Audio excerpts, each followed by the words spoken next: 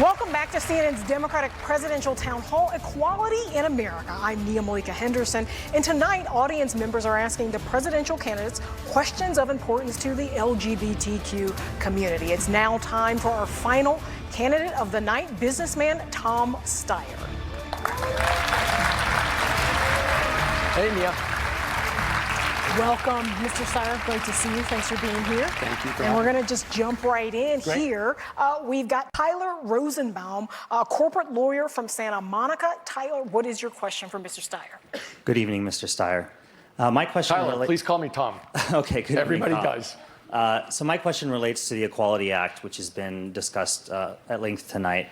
As we all know, the conservative Supreme Court may well rule that current federal law does not protect LGBT Americans. So my question for you is, if that happens, what would you do if Republicans try to block the Equality Act from passing Congress to fix that, if they filibuster it or by other means? Or what happens if they say we'll only pass it for sexual orientation but not gender identity? Right. Tyler, so obviously what we're talking about here is a government that has been broken in many different ways, including this way, that they're not responding to the needs of the American people, and in this case, they're absolutely willing to discriminate against the LGBTQ community. What I've done for the last 10 years is to try and organize Americans at the grassroots to push for justice throughout the society. So in this case, I understand that there may be people in the Congress who will push for the wrong thing. And it seems to me the only real way to push back against them is to go to the grassroots and get the people, their constituents, to push. I've also talked about putting in term limits for congresspeople and senators. One of the things that's true in the United States about attitudes towards the LGBTQ community is that there's been a generational shift. And if we, in fact, push through what I've talked about, that people in D.C. find, very awkward and unnerving, 12-year term limits for congresspeople and senators, we'd get a wave of new blood into the Congress of the United States. I mean, we have a broken system. This is an example to me of a straightforward breakdown in terms of American values and American democracy. And our only real response is to push at the grassroots as hard as we can, and secondly, to have structural change in our government to break this, stranglehold on our government and on the rights of the human beings who live in the United States of America. And I'm going to next bring in James Roman, who's from Los Angeles. He's a nonfiction author and producer of the Broadway show Come From Away. He currently supports Mayor Pete Buttigieg. James, what's your question? Tom? James? AIDS is the gift that keeps on giving. Big pharmaceutical companies and the insurance industries profit. Truvada and similar prophylactic treatments are not a cure for AIDS. Pharmaceutical companies profit irrationally. There is no incentive for them to develop a cure because they continue to profit from people that have HIV for the rest of their lives. As president, how would you finance the science of developing a cure so that we can scale back the avarice of the pharmaceutical industry? James, that is right at the heart of our broken government, that question. We have a group of corporations led, really, by the drug companies who've bought our government. If you look at how we're being treated under law by those companies, it is somewhere between infuriating and scary.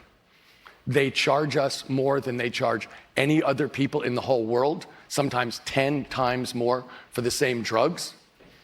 And in this case, they're actually working to preserve long-term, extremely valuable monopolies for themselves. The way that we can go after that is by directing science through universities, through research, to solve the problem. So if you look at what Mr. Trump has done, he has cut research funding across the board in every one of his different budgets. I think that's the exact wrong thing to do. What we should be doing in a case like trying to come up with solutions to AIDS, with cures for AIDS, is going directly to the best scientists and funding them as much as necessary, as much as conceivably effective to make sure that we solve this problem. But it's much bigger than that. These companies have bought the government. They are controlling what's going on in the government. They charge us what they want. We can't go to Canada to buy the same drug much cheaper. And in fact, the government is prevented legally by from negotiating with them. What's going on here is we're going to have to break, ultimately, the power of these corporations to own our government and to control what happens to us. And Mr. Steyer, you lived in San Francisco in the 1980s, and this, of course, was the height of the AIDS crisis. How has that shaped your views on this topic? Well, I am lucky enough to live in San Francisco. And it's true that the AIDS crisis in San Francisco in the late 80s and early 90s was an out-of-control epidemic that no one really understood how broad it was going to be, how many people were going to be infected, and how many people were going to die. And what it showed to me was a couple of things. One is the community actually came together really strongly to respond to it. I go to a church which is still bragging about how much work they did in the AIDS epidemic. But I have friends who quit their jobs to run hospices, that people really came together. And in addition, to James's question, the amount of research that went into developing the cocktails that basically, it didn't solve the problem, but it basically allowed people to live, out a normal lifespan, was something that was a huge effort throughout America, but very specifically on the West Coast. So I look at this as a place where there was something very scary and out of control that Americans and don't forget, President Reagan would never admit to the AIDS crisis or do anything about it. But the country responded itself. Researchers responded, people in the community responded, people in churches responded. Actually, there was a great deal of caring that went out. And as devastating as it was in San Francisco, it wasn't nearly as bad as people were worried about, Nia. And that was really as a result of the work and caring that people put in. And our next question is from Carter Brown. Carter was fired from his job in Texas after his coworker discovered he was transgender. He started an advocacy organization for Black transgender men like himself. Carter, your question. Good evening, Tony. Carter. To date, at least 19 Black transgender women were murdered in the U.S. this year.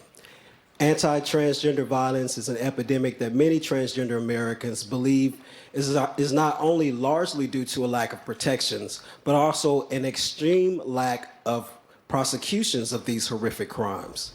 Specifically, what will you do to ensure that law enforcement and the judicial system prioritize penalizing these crimes and violence and murder against transgender citizens as hate crimes? So, Carter, there is nothing that I can think of that would be more painful as an American than what you just said, that there are citizens in our society who are being targeted for murder as a result of who they are. That is something which absolutely the resources, police resources, shelters for people to go to, trying to take people off the street who may be homeless. I know in my hometown of San Francisco, 10% of the homeless people are transgender youths. So I know that this is a question at some level of resources, of protection, but also of support for people who are in this circumstance and are particularly vulnerable. But then the second part of your question was, what are you going to do to make sure that the hate crimes are prosecuted? Correct. Look, this is a straightforward attack on humanity itself. To kill somebody for who they are, that has got to be the definition of a hate crime. We have got to prosecute those as severely as possible as a symbol of who we are, a symbol of the thing that we won't put up with, and every prosecutor's got to know that. that this is something that goes to the heart of American equality and justice. And that's got to be straightforward, unequivocal, not a 99% rule, an 100% rule. Thank you, sir. And next up, we've got Arjun Subramoniam, a sophomore at UCLA studying computer science. Arjun, what's your question? Hi, Tom. How you doing? At UCLA, I'm working with some other amazing queer students to put on Queer Hacks, a hackathon which aims to bring visibility to the queer community in tech and make them really feel like they belong. I know growing up, I didn't always feel welcome in tech, especially when my classmates in STEM classes would debate the validity of same-sex marriage like regularly and shamelessly. According to a study in the Journal of the American Medical Association, in states which legalize same-sex marriage, the rate of attempted suicide among high school students declined by 7%, resulting in approximately 134,000 fewer children attempting suicide each year. What measures will you take to ensure long-term protection of same-sex marriage rights, and how will you address mental health issues and suicide rates amongst LGBTQIA students? So you're asking a question that to me goes to the heart of social acceptance of people. And that starts with leadership at the top, that in fact, the president can, in terms of his or her behaviors, show exactly where their heart is. So I mean, when I think about this from the standpoint of what you can do to change the way people view themselves and other people view them in the LGBTQ community, I think that on the very first day, there should be steps taken to undo the example that Mr. Trump and Mr. Pence have laid for the country. That would mean undoing the ban on transgender military people. It would mean undoing the ban on visas for same-sex partners of foreign diplomats. But it would also mean appointing people from the LGBTQ community to high, important parts of the administration as an example of what we are. Look, some of this is definitely about law. I know that there are still 28 states in this country where you can be fired for being part of the LGBTQ community. I know that there are places where you can be thrown out of your housing, those same 28 states, for being part of the LGBTQ community. Laws really matter, but the president also has an amazing amount of soft power in how he or she behaves, who he or she appoints, and in fighting for the things that we really all care about. So to me, the question here is, how do you show the world that your heart is 100% behind the idea of full acceptance of this community? Not 99%, but 100%. And when you see statistics, I mean, one of the statistics that absolutely went to my heart was when I heard that half of the transgender young people attempt suicide. If that doesn't explain to you that the very, very dire situation that they feel themselves to be in, then you must have a heart of stone. And anyone who doesn't want to do whatever it takes to protect those young people really must search their soul to find out what their deepest values are. Because as an American, that would seem like about as basic as you can get in terms of protection, equality, justice. My goodness, I don't really see that there's another side to this conversation. And we're going to next bring in Debbie Jackson, who's the parent of 12-year-old Avery, who we heard from earlier tonight. And for most of her life, Debbie was a conservative Republican and Southern Baptist. Now she's an advocate for trans youth. Debbie, your question. Is it Debbie? Yes. Nice to meet you. We can all change. And shout out to the husband, Tom, back home. Good name. So access to affordable and affirming healthcare should be the right of every person. But as you just mentioned, for transgender youth, it can be especially critical when they have dysphoria and would suffer if they go through the wrong puberty. Not everyone can afford insurance, and even if you have insurance, puberty blockers are rarely covered and can cost thousands of dollars. That means that many otherwise supportive families out there who want to help their adolescents can't because of financial barriers. How can you help lower the cost of these critical life-saving medications? So that's a great question, because it goes to the heart of a very specific problem, and it also goes to the heart of a much bigger problem in society that it's part of. Because obviously, we have a huge problem in healthcare costs in general, and as a result of the huge healthcare cost crisis, we have a gigantic healthcare availability crisis. It is very clear to me that all of that care should be available to every transgender youth, that is a critical part of their life, and therefore it's got to be part of every healthcare plan, and it definitely has to be part of the public option that I believe in. Healthcare is a right for every American in the 21st century. It's an absolute right. And this is a critical part of healthcare for these young people. So in other words, once again, how is it possible that we're having this huge healthcare problem? It's because our government has failed us. We have a broken government. Corporations have bought it. And ultimately, you have to ask, how are we going to break that stranglehold on our democracy to serve people in just this kind of way? Look, for 10 years, I have been putting together coalitions of ordinary American citizens to beat these corporations. We can win. I've been winning. We're going to have to do it in a big way in Washington, D.C. We're going to have to return the government to the people. And really, that's what I'm running for, is just this problem, to deliver the kind of real change for people's lives in a positive way that corporations will not allow us to do right now because it's not profitable for them. And next, we're going to bring in Kevin Medina, who works at UCLA's School of Public Affairs and also works for LA, some shout outs there, for LA County as a consultant on hate crime research. Kevin, your question. Hi there. Good evening. Unlike our current federal administration, I believe in data. So my question is centered around that. LGBTQ Americans will not be counted on the 2020 census. What is your plan to account for this and to ensure that LGBTQ Americans' identities will not be erased? Kevin, let me ask you a question about this.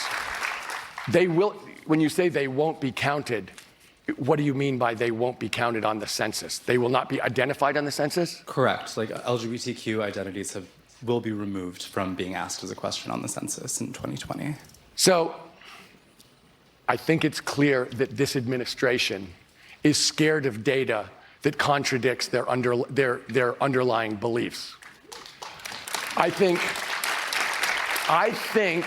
look, it is absolutely critical to get the data on subjects like this, because I think that kind of information gives a power to this community politically that is really important. And when I said, how do you make change here? When someone asked me the first question, how do you make change? My answer was grassroots. This kind of data is the proof that at the grassroots, the LGBTQ community has real power. So it's absolutely critical that we, in fact, get this information. And if it's not going to happen in 2020, and I know that in California, we're spending an extra, I think, $80 million to make this census work. But whatever happens as president, I will collect this data, because this is going to be the data that empowers this community to make the changes and to scare the politicians into doing what's right. It's that critical to me. And next up, we have Robert Tyndall, a human resources consultant in Cathedral City, California. Robert, your question. Hi, Tom. How would you ensure that LGBT people are represented in the military command positions? Specifically, would you consider having an LGBT person as the undersecretary reporting to the Secretary of Defense? And how would you choose that person? Robert, let me say this. First of all, I think it's absolutely critical that anti-discrimination laws be applied very clearly and severely in terms of the LGBTQ community. Second of all, I think it's absolutely critical in the military that there be senior members of this community so that, in fact, the ideas and the feelings are represented directly, not indirectly. Whether that appointment should be a specific appointment to a specific job is a different question. What I believe is we need members of this community at senior levels across the government. You know, I started a grassroots organization, one of the biggest grassroots organizations in the United States, called Next Gen America, which is really about registering, engaging, and turning out people who otherwise wouldn't vote. On the way over here, I checked to see how many of the people in that organization, which is at least 1,000 people, self-identified as part of this community. And the answer was 30%. So what I believe in is representation at the highest level of Americans of every single type, but specifically making sure that the people of this community are represented at high levels so that at no point is there a discussion that doesn't include people who are LGBTQ members, openly, proudly, and will stand up for the rights of this community. And Mr. Steyer, your next question comes from Maria Mello, who is the Policy and Operations Manager for the Los Angeles LGBT Center. Maria, your question. Hi. I want to start by saying that ICE detention centers are an LGBT issue.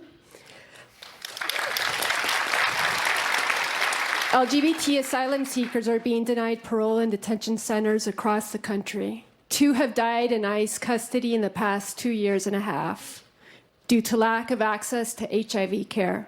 At least 24 immigrants have died in the past 3 years in ICE custody. Will your administration be ready from day one to put in place strong measures and penalties to increase oversight over healthcare access, HIV healthcare access, in detention centers across the country and save lives of LGBT asylum seekers? Rita, of course we will. I mean, what we've seen from ICE in terms of inhumanity, this is a perfect example, but it's not the only example. I think it's absolutely critical for the United States of America to treat people in a humane and decent fashion. It's very obvious that this president and this administration has chosen to not only break the international laws in their treatment of asylum seekers, but to break the basic laws of humanity. When I think about why I started the Need to Impeach campaign 2 years ago, yeah, he's a criminal. It's true that he more than has earned impeachment, but it goes much beyond this, and it goes to exactly this kind of issue. The actual President of the United States committing crimes against humanity like this in our name is something that we should end right now, certainly the first day of my presidency. And Mr. Steyer, some of the other candidates in this race, some of whom were on stage tonight, would create a special envoy within the State Department to deal with LGBTQ rights. Is that something that would happen in a Steyer administration as well? I think, let me talk about that for a second. So I know that there are 71 countries in the world that openly discriminate against members of the LGBTQ community. And I know that the United States, as a value-driven country, where we're projecting to the world what we care about, what we're willing to do about it, and the kind of world that we're trying to create with our democracy and freedom-loving partners, should definitely include a specific attempt to represent the rights of LGBTQ people who live outside the United States. So I think it's entirely appropriate as part of our foreign policy to have a person specified for that role, but also to make it clear that part of human rights, part of civil rights that we expect in our own country without equivocation, and that we expect people around the world to observe, is the rights of the people in this community. So I wouldn't support that. And I think it's got to be part of our foreign policy to stand up for what we believe in most deeply. Tom Steyer, thank you so much for being here tonight, sir. And thanks to all of the candidates who joined us for our Democratic Presidential Town Hall Equality in America. And thank you to our live audience here for your insightful, amazing, brilliant questions. Tune in on Tuesday night for the CNN New York Times Democratic Presidential Debate live from Ohio. Erica Hill picks up our coverage after a quick break.